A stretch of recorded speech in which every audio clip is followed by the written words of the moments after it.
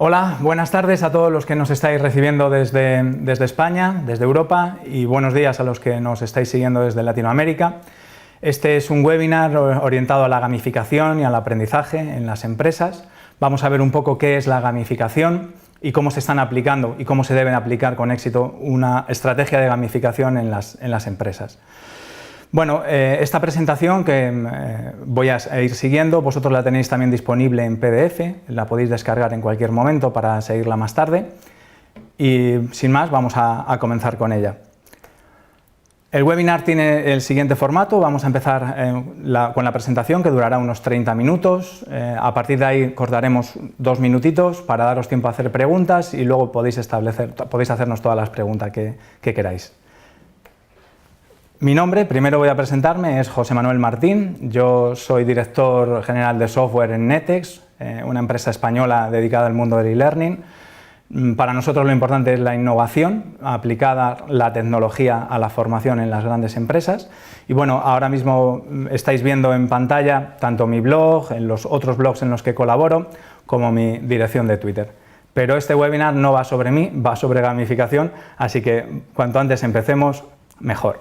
Vamos a hablar de qué es la gamificación. Empezamos definiéndola. Hay muchas definiciones por ahí, pero a mí la que me parece más interesante y que mejor llega es esta que tenéis delante. El uso de elementos propios de juegos y técnicas de diseño de juegos en entornos que no son juegos. Es decir, la gamificación no son juegos. La gamificación es emplear algunas técnicas y algunos elementos del juego en una red social, en una plataforma de aprendizaje, en elementos como por ejemplo los que ocurren en nuestro móvil, Fightocracy y otras aplicaciones que utilizamos para hacer deporte a diario, pero no son juegos propiamente dichos. Y en la definición es importante, y por eso está en negrita, las dos cuestiones. Usar elementos propios de los juegos, pero también técnicas de diseño de juegos. Estáis viendo una pantalla del Clash of Clans, un juego muy célebre en plataformas móviles, en la que hay una serie de elementos, los que estáis viendo ahora, desde un leaderboard, los avatars, las recompensas, los niveles, las insignias que se obtienen, los retos que se imponen a los usuarios. Pero todos estos elementos no valdrían de nada si no estamos estableciendo también las técnicas de diseño de juegos. Imaginaros, por ejemplo, un juego en el que simplemente haya un botón al que darle, un botón rojo, en el que aprietas una y otra vez, obtienes un punto cada vez que lo pulsas y va subiendo tu contador. Podrías tener un leaderboard, puntos, insignias, pero no creo que nadie dedicara mucho tiempo a jugar a ello, ¿verdad? ¿Por qué? Porque no estamos usando las técnicas de diseño de juegos, no estamos historificando lo que sucede. Bien, es tan importante emplear los elementos como emplear las técnicas de diseño de juegos. Y como veis en el panel que tenéis delante, todos estos elementos que están presentes en los juegos, en Clash of Clans en este caso, también deben estar presentes en la gamificación. ¿Por qué gamificamos? Bueno, estáis viendo ahora una pirámide que es de un informe en el que se hablaba de cómo recordamos las cosas. Lo que intentamos hacer con la gamificación es, por supuesto, hacer que todo sea más divertido, pero también hacer que las cosas se graben más en nuestra mente. Porque, como veis en la misma pirámide, solamente recordamos un pequeño porcentaje de lo que leemos, un poquito más de lo que vemos, algo más de lo que oímos y vemos, más aún de lo que nosotros escribimos y decimos, y sobre todo aprendemos de lo que hacemos. Se aprende haciendo. Y eso es lo que intentamos hacer con las simulaciones, con los juegos, con los serious games, con la gamificación. Hacer que las cosas se graben más en el cerebro de los usuarios y que se grabe de una forma que sea agradable, no imponiendo nada al usuario.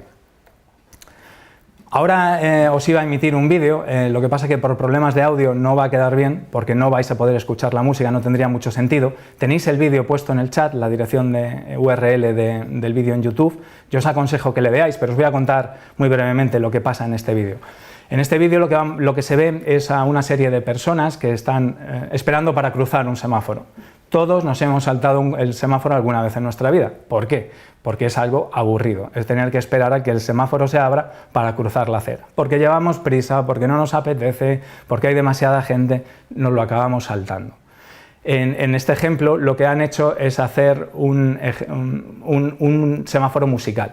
hay una cabina por detrás del semáforo en la que la gente está bailando y el monigote que aparece en el semáforo, en vez de ser simplemente ese muñeco rojo que no se mueve, es esa gente bailando. Con lo cual sacamos la sonrisa de las personas que lo están viendo. La gente, al final, lo que logramos con esto es que se espere a que la luz cambie para cruzar de acera. Si esto lo logramos hacer con algo tan aburrido como cruzar un semáforo, pensamos que también lo podemos hacer con el aprendizaje.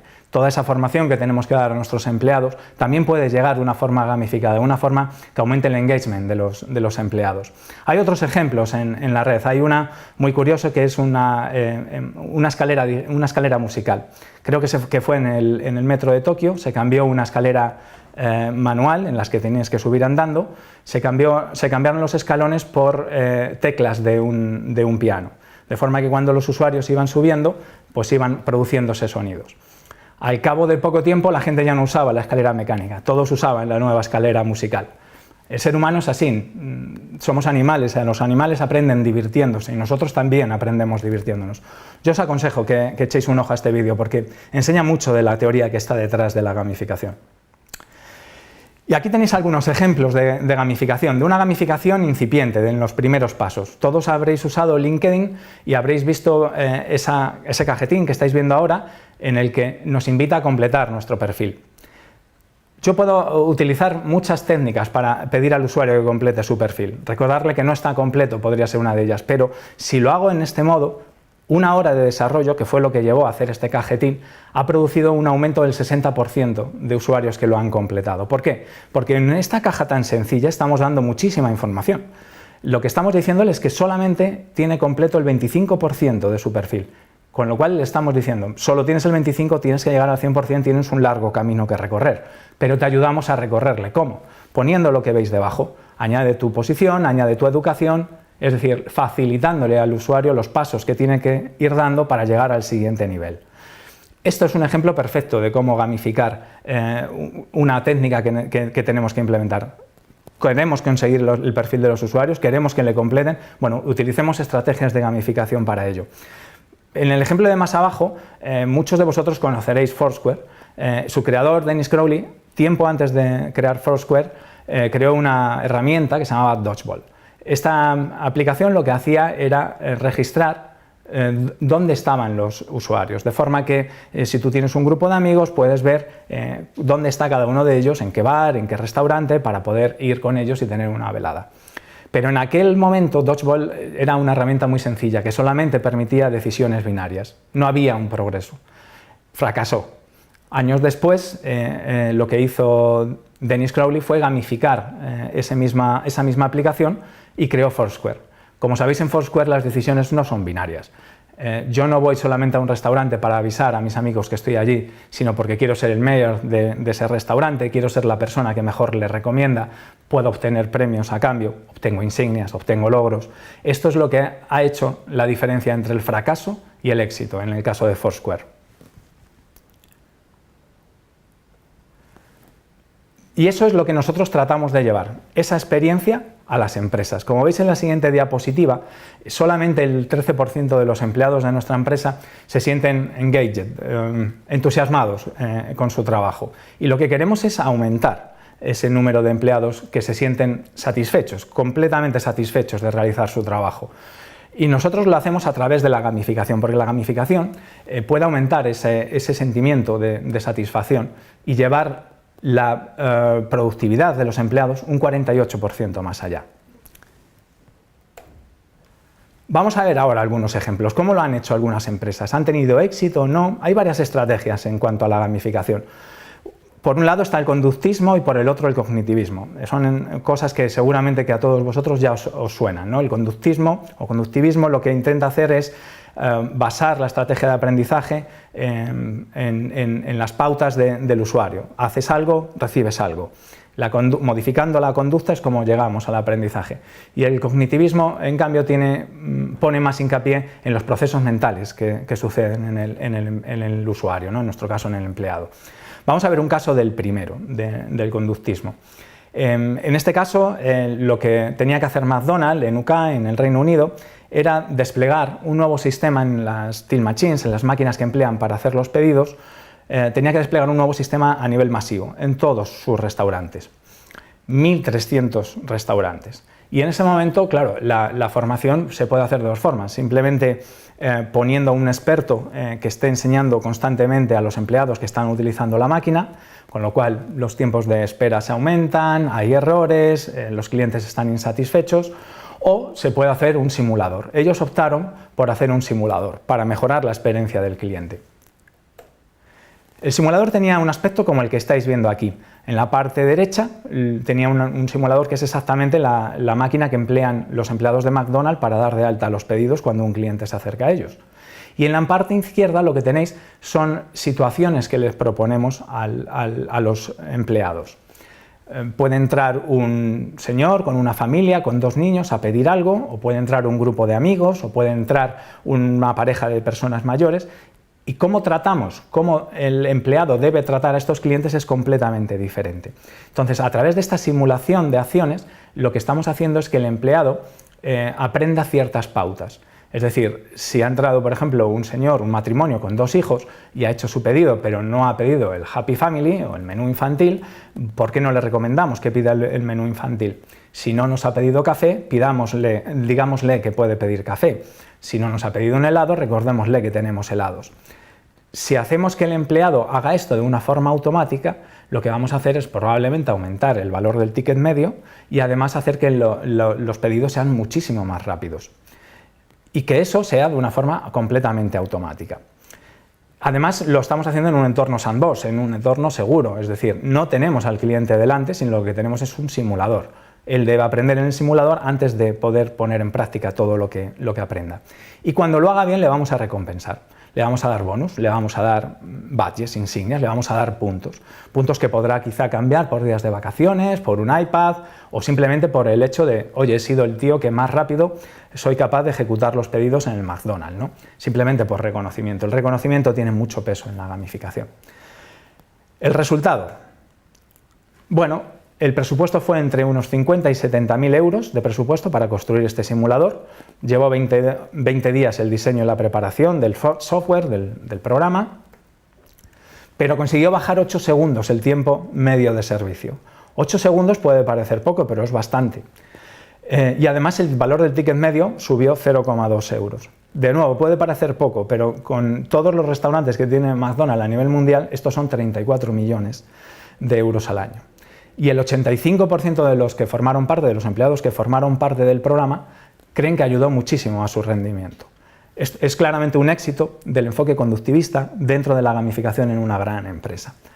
Pero el enfoque conductivista suele tener algunas limitaciones. Una de ellas es el sentimiento de ser utilizado que tiene el usuario final. Con lo cual, debemos ir un paso más allá.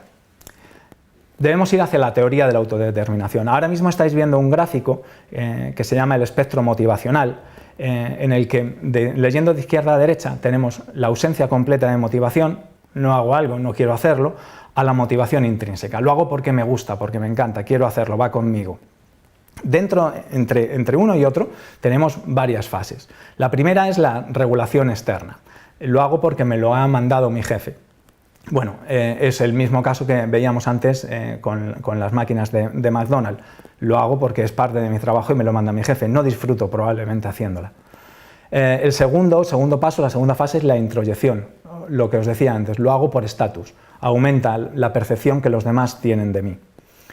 El tercero es la identificación. Lo hago porque los objetivos se alinean, de la actividad se alinean con mis propios objetivos. Estas diferentes fases son las que hacen que la motivación vaya de lo extrínseco a lo intrínseco y que el usuario disfrute realmente haciéndolo.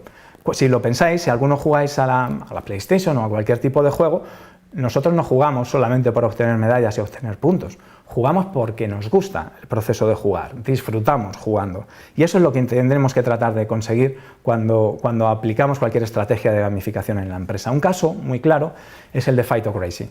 Fightocracy es una aplicación que vamos a ver un poquito con más detalle más adelante.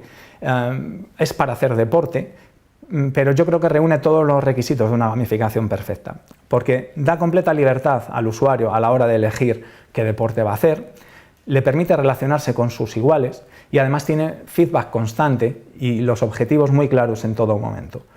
Claro, es hacer un poco de trampas porque hacer deporte puede ser divertido, jugar al fútbol es divertido, nos gusta. Aprender no nos gusta tanto, o sí, lo veremos más adelante, quizá también podamos hacer que eso sea divertido. Con el enfoque de gamificación debemos afrontarlo desde un punto de vista práctico y para eso debemos dotarnos a nosotros mismos de un framework. No vale con decir, bueno, ya lo tengo, gamificar es muy sencillo, debo dar puntos, debo dar insignias. No, es un poco más complejo que eso y debemos seguir al menos estos 4 pasos. Lo primero es comprender el objetivo que nos proponemos conseguir. Identificar el reto. Quiero cambiar el comportamiento, imaginad que tenemos de enfrente a una empresa, no sé, de operadores telefónicos, por ejemplo, que tienen que atender problemas de soporte de los usuarios. Lo primero que tengo que saber es qué quiero conseguir con la gamificación. Puede ser tan simple como reducir el tiempo de espera entre llamadas o simplemente aumentar el grado de satisfacción de la persona que llama, de los clientes finales, pero tengo que tener una serie de retos claros, porque los voy a tener que medir al final. Al final de todo esto tiene que haber datos, tiene que haber algo que mida si hemos tenido éxito o no con el proyecto. Lo segundo es entender a nuestra audiencia, identificar cuál es nuestra audiencia objetivo, ¿no? Si hablábamos antes, por ejemplo, de los teleoperadores, pues está claro, nuestros objetivos son los teleoperadores de esta empresa, que reunirán una serie de características, serán todos mujeres o todos hombres o todos de una edad, pertenecerán a un país o a una creencia, en fin, tendrán rasgos comunes y rasgos diferenciales, pero tenemos que entender cuáles son. Y tenemos que entender cuáles son los comportamientos actuales, los buenos y los malos, porque vamos a tener que intentar corregir los malos comportamientos y vamos a tener que tender a premiar los buenos comportamientos. Seguramente que entre todos los empleados van a tener conductas malas que no queremos que se lleven a cabo y conductas que queremos premiar. Esas son las 2 claves hacia las que tengo que orientar mi proyecto de gamificación. Y debemos crear el entorno perfecto para que esto funcione. Tenemos que tener muy claro cómo va a funcionar el sistema de recompensas. Como os decía antes, bien, veo que un comportamiento correcto de los teleoperadores es preguntar al usuario por el sistema operativo antes de hacer lo siguiente. Bien, pues entonces premio cuando eso suceda. Le voy a dar una recompensa cuando eso suceda. Creo que un comportamiento positivo es que la llamada no tenga una duración más allá de, no sé, de 10 minutos, porque entonces ya están hablando de sus cosas. Bien, pues entonces premio que las llamadas duren menos, que el teleoperador sea capaz de cortar la llamada antes. Y tenemos que ver si necesitamos integrar esto con otras soluciones. Por ejemplo, queremos, a lo mejor toda esta interacción entre el teleoperador y el usuario final sucede en una plataforma. Las empresas tienen plataformas para medir todo esto. Bien, pues entonces llevemos la gamificación dentro de esa plataforma, no nos lo saquemos fuera. Hagamos que los que van a participar de todo este proceso se sientan cómodos en algo que conocen. Y por último, hay que lanzarlo y evaluarlo. La gamificación no es un proyecto que inicie, pongamos las pautas y finalice. Lo lanzamos, lo testeamos, iteramos y volvemos a comenzar, porque en el proceso vamos a aprender de nuevo y porque normalmente las reglas de gamificación que impongamos en el momento 1 no van a ser igual de efectivas dentro de 30 días o de 30 meses. Hay que revisarlo, requiere una revisión, una reevaluación para cambiar todas estas reglas. Y antes os ponía como ejemplo FightoCrazy. Estas pantallas que estáis viendo aquí son de FightoCrazy. El usuario lo primero que puede hacer cuando entra en la aplicación es elegir su deporte y elegir su reto. A mí me gusta correr, o yo lo que quiero hacer es correr. Mi reto va a ser correr 5 kilómetros porque no he corrido nunca. Esa capacidad de que sea el mismo usuario el que se pone sus retos es lo que marca la diferencia entre el éxito y el fracaso. No tiene sentido a una persona que no ha corrido nunca ponerle como reto correr un maratón. Está demasiado lejos, no se va a sentir nunca partícipe de ella. El usuario debe sentir que toma sus propias decisiones. Pero además, siguiendo lo que hablábamos antes de la teoría de la autodeterminación, hacemos las cosas por obtener un reconocimiento, por obtener un estatus, por obtener recompensas, un nivel de maestría, por competir con otros. Bueno, el usuario tiene que saber siempre cuál es su siguiente objetivo, cómo de lejos está de conseguir ese objetivo, qué pasos tiene que dar para lograrlo. Y además obtener recompensas a nivel inmediato. Un feedback inmediato es muy importante para premiar, para que se sienta premiado o para que sepa que su conducta no está siendo la adecuada. Como veis en el interfaz de FightoCrazy, todo eso está presente. Los puntos, el nivel en el que está, los amigos que tiene, cuántas insignias tiene, todo en la misma pantalla. Otro punto importante es relacionarse. Sobre todo si si nuestra audiencia se marca por estatus, por reconocimiento, ese estatus hay que mostrarle. Si alguno utilizáis, no sé, Runkeeper o Endomondo o cualquier otra aplicación para correr, lo que primero motiva al usuario en las fases iniciales es poder publicar eso en las redes sociales. Hoy he corrido 3 kilómetros en no sé cuántos minutos. Bien, el hacer eso público, el que te reconozcan como un deportista, es lo que motiva al inicio. Y ojo, porque solo al inicio. A largo plazo eso no funciona del mismo modo. A largo plazo el reconocimiento se convierte normalmente en retos, en competir con otros, y eso es lo que vamos buscando. Por eso decíamos al principio que el framework debe reiniciarse, debe iterar constantemente. ¿Y cómo hacemos todo esto? Hemos visto cómo funciona la gamificación a nivel un poco más abstracto, algunos ejemplos en la vida real de cómo funciona, pero ¿cómo podemos llevar esto al aprendizaje en las empresas, en las organizaciones? ¿Cómo podemos llevar el grado máximo de la teoría de la autodeterminación para que el usuario se sienta partícipe de la historia? Bueno, en Netex, la empresa para la cual yo trabajo, pensamos que esto lo podemos hacer combinando 3 elementos que son muy importantes en el aprendizaje. La gamificación, acabamos de hablar de ella, la curación de contenido. La curación de contenido viene a ser, bueno, hoy en Internet todos sabemos que hay una cantidad de información importantísima. Cuando yo era joven era completamente al contrario. Obtener los datos era muy difícil. Tenías que tener un libro en el que estuvieran los teléfonos donde tenías que llamar para si tenías que ir al servicio militar, si tenías que llamar a... Bueno, obtener datos era muy complicado porque no había fuentes de datos. Hoy en día tenemos el problema contrario. Tenemos muchísimos datos y a veces eso no se traduce en información. La información tiene que ser relevante, no tiene que ser una nube de datos, tiene que ser información relevante, precisa. Bien, eso es lo que intenta hacer la curación de contenidos, filtrar todos esos contenidos que hay en la red y que pueden ser muy interesantes pero son demasiados como para que el usuario vaya hacia ellos, filtrarlos, meterlos en un embudo y servírselos al usuario, filtrando todo aquello que no es interesante para él, lo que no es relevante para él. Lo vamos a ver con un poco más detalle. Y por último, el storytelling. Storytelling es contar una historia. Las historias son poderosas en sí mismas. Cuando nosotros llevamos un año trabajando en esta herramienta que ha sido lanzada en septiembre, cuando nos planteamos hacerla, yo siempre me acordaba, cuando yo era pequeño vivía en un pueblo muy pequeñito de Ávila, unos 250 habitantes, cerca de Barco de Ávila, y en Los Reyes, era un pueblo muy pequeño, pero cuando era la celebración de los Reyes Magos, el ayuntamiento pedía a los chavales más jóvenes que se pusieran un disfraz que era propiedad del ayuntamiento, para hacer de reyes y dar regalos que también pagaba el ayuntamiento. Cuando yo era muy pequeño estaba haciendo cola en un rey mago y el rey mago pues, me dio un regalo. Con los años después, un primo mío me explicó que aquella vez que yo recibí ese regalo, él era el rey mago. Y os aseguro que el disfraz no era gran cosa. Y yo me preguntaba, ¿cómo no pude reconocerle si yo convivía con él? Pues es muy sencillo. No pude reconocerle porque compré la historia. Me creí la historia que estaba viviendo. Porque las historias son poderosas, tienen un mensaje en sí mismo. No son iguales los datos deslavazados y sin unir que una historia. En la historia los detalles son importantes. No es lo mismo que yo os diga que a la reina, a la princesa, la raptó un dragón, a que el dragón extendió sus alas y se hizo la noche en el pueblo, y entonces descendió, cogió a la reina con sus garras. Los detalles son importantes y eso es lo que hace que el usuario se quede con ello. Mirad, estos 3 son los pilares sobre los que nosotros basamos la gamificación. No hacemos gamificación solamente, sino que nos basamos en curar contenidos, en las historias y en gamificarlas. Seguramente os ha pasado lo que os voy a contar. ¿Habéis ido alguna vez a clase? Hace, no sé, un mes habéis asistido a una clase o a un seminario y no recordáis cosas que se impartieron en ese seminario. Y sin embargo, si recordáis una conversación de café que tuvisteis con alguien de enfrente. ¿Por qué? Porque os estaba contando una historia. Simplemente por eso. Porque las historias están enlazadas y tienen un motivo, acaban enganchando al usuario. Porque hablan directamente a los recuerdos y a las emociones de los usuarios. Por eso son importantes las historias. ¿Y nosotros cómo llevamos esas historias a la gamificación? Pues lo que hacemos es establecer misiones. Al usuario le invitamos a participar, primero en lo que nosotros llamamos una learning story, que no es más que una historia inmersiva.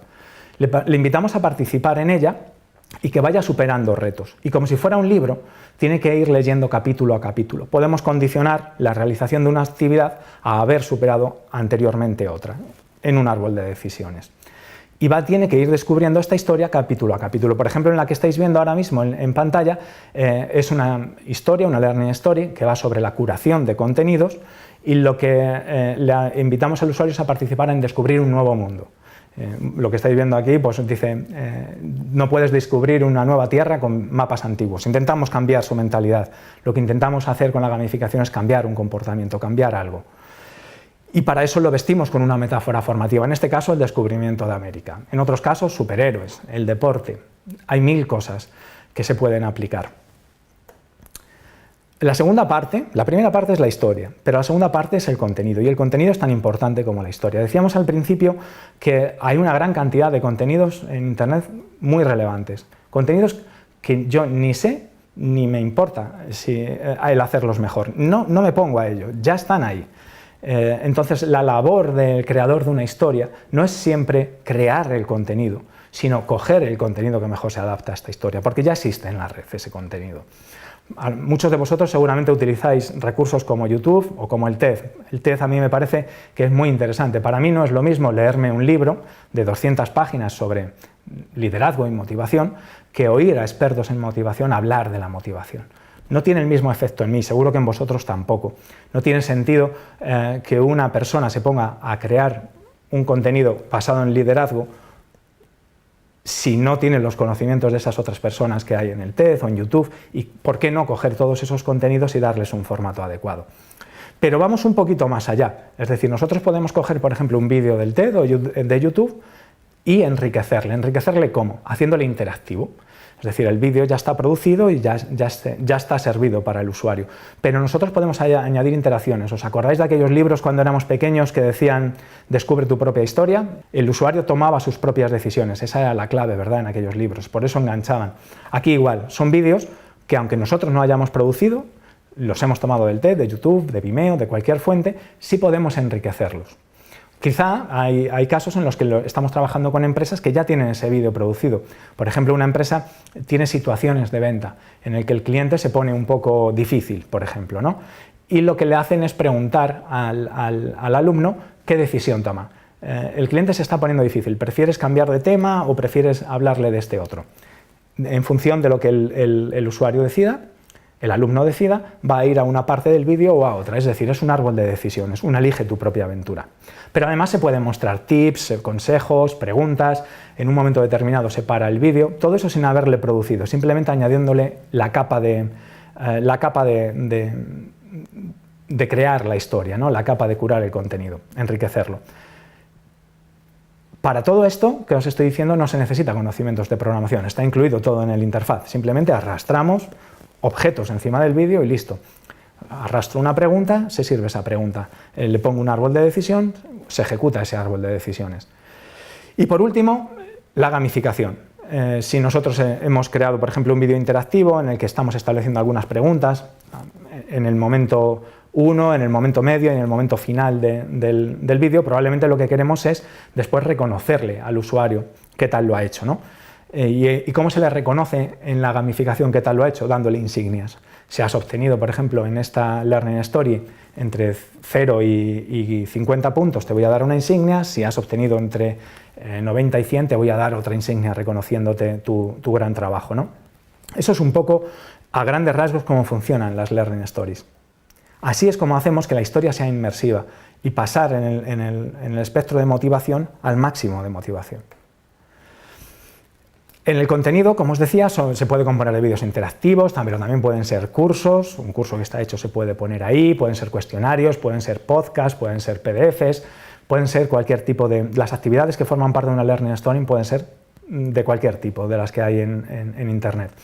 Y crearlas es tan fácil como lo que estáis viendo en esta interfaz. Simplemente hay que arrastrar lo que yo quiera, si es una pregunta hacia la izquierda, si es un cuestionario, si es un vídeo, es igual, se arrastra y se selecciona, no requiere conocimientos de programación. Y lo que vea el usuario al final, ahora me pongo ya la gorra del usuario final, lo que ve el usuario final es muy parecido a lo que veía en Fight2Crazy. Si en Fight2Crazy lográbamos que el usuario tuviera el nivel máximo de adición a la gamificación porque sus intereses y sus habilidades se unían a lo que estaba propuesto en la gamificación, pues aquí sucede lo mismo. Como veis, es el mismo panel, un panel muy similar en el que el usuario puede ver el leaderboard, qué posición ocupa en ese leaderboard, cómo de lejos está del siguiente usuario, qué insignias, qué badges ha ido obteniendo hasta la fecha, por qué las ha obtenido, en qué Learning Stories, cómo lo ha ido haciendo de bien o de mal, cuáles han sido todas las Learning Stories que ha completado hasta la fecha, y en cualquier momento además puede compartir sus logros con las redes sociales, como lo vamos a ver ahora.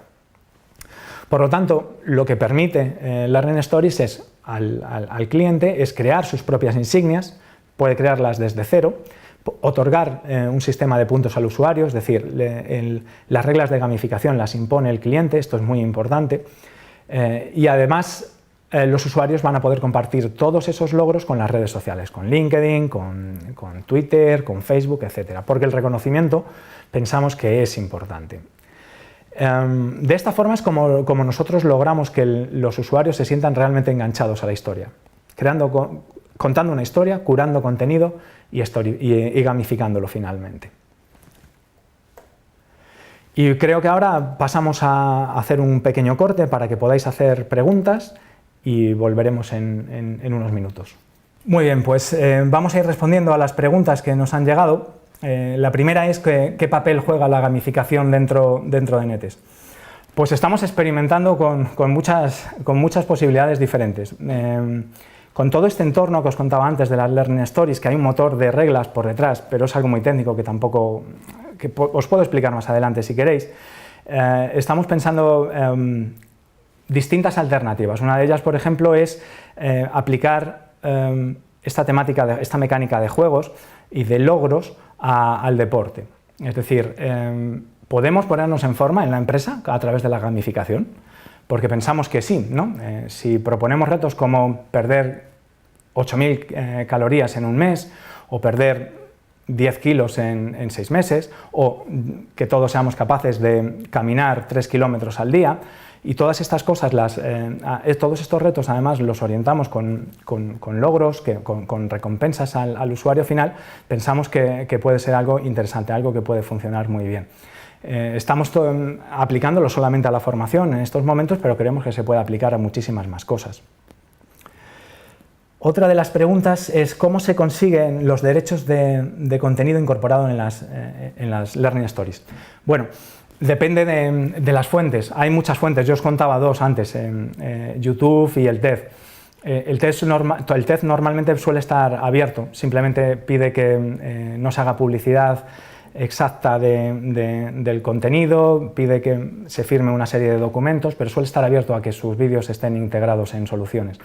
Depende del origen de datos que vayamos a coger. Por ejemplo, si es un blog, yo escribo en un blog, para mí no sería ningún problema que un contenido mío esté en una Learning Story, pero hay que tratarlos de forma diferente cada uno. Luis Gémez nos pregunta, ¿crees que la gamificación es algo aplicable a la formación en todas las edades o puede que haya una edad en la que se rechace este tipo de aprendizaje?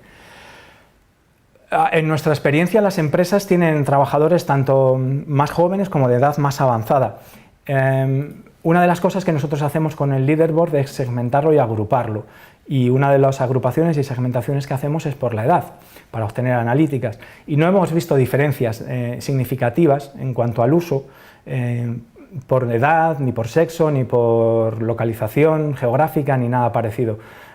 Yo creo que en realidad nosotros tenemos ciertos tabús mentalmente y pensamos que solo los millennials abrazan estas tecnologías, cuando en realidad muchas veces son las personas de edad más avanzadas quienes les sacan partido. No sé, cuando me hacen preguntas relacionadas con la edad siempre me acuerdo de mi madre, tiene 70 años y utiliza Facebook, la verdad es que muy bien, WhatsApp seguramente mejor que yo, se siente comunicada con todos, es decir, la tecnología ya no es un problema, yo creo, para las personas de una edad más avanzada. Eva Astorga, hola Eva, nos pregunta, normalmente el público destinatario del proyecto es muy heterogéneo. ¿Cómo realizáis el perfilado de los usuarios para escoger dinámicas mecánicas apropiadas para cada perfil? Bueno, esta sí es una pregunta difícil de responder. Como decía antes, nosotros lo que tratamos de hacer es obtener analíticas relacionadas con este tipo de datos y ver si podemos dividir a la audiencia, bueno, por ese cuadro genérico que suele haber entre los killers, los exploradores, etc. Y aplicar, hay empresas en las que acercarnos con una dinámica más de explorador es más efectiva, y hay otras en las que aplicar una mecánica más de killer, más de puntuación, más de competición es más adaptado. Depende, la verdad es que exactamente trabajamos con un público muy heterogéneo y la estrategia tiene que cambiar. Desde mi punto de vista, estamos dando la sensación de que dirigimos esto solamente a la tecnología y no es así. Debe haber un consultor detrás que sea capaz de aplicar con lógica todo el proceso. Luis nos pregunta, ¿se pueden gamificar cursos y learning que no hayan sido concebidos de esta manera o es preferible desarrollar cursos desde cero? Te puedo hablar de nuestra solución. En Learning Stories tú puedes crear una actividad con un contenido e-learning, tal cual está, no tienes que tocarle. Si quieres puedes añadir gamificación dentro de ese curso, pero no es necesario. Mira, te voy a contar algo a nivel técnico, pero sin meterme mucho en temas muy tecnológicos. Si tú coges un curso compatible con XAPI, con el último estándar de e-learning, puedes embeberlo directamente dentro de una Learning Story, de forma que ese curso sea una actividad, puedes colgar tantos como tú quieras. Ese curso está enviando el seguimiento a lo que se llama LRS, que es un sitio donde queda todo el seguimiento almacenado, y lo que hace nuestra plataforma Learning Stories es estar, en inglés se dice harvest, estar recolectando la información de ese LRS constantemente, con lo cual no tienes que hacer absolutamente nada en el contenido. Aunque particularmente desde mi punto de vista es más interesante no incluir cursos. Imagínate una actividad, sea un curso e-learning a la antigua usanza, que dura, no sé, 4 horas.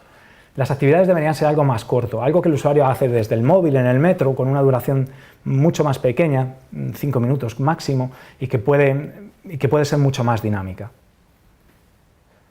Y me parece que no tenemos más preguntas, así que simplemente pues agradeceros vuestra atención, espero que os haya interesado. Tenéis mi Twitter, lo tenéis en la presentación, y mis datos de contacto, o sea que yo encantado de atenderos y de hacer seguimiento de este webinar. Muchas gracias.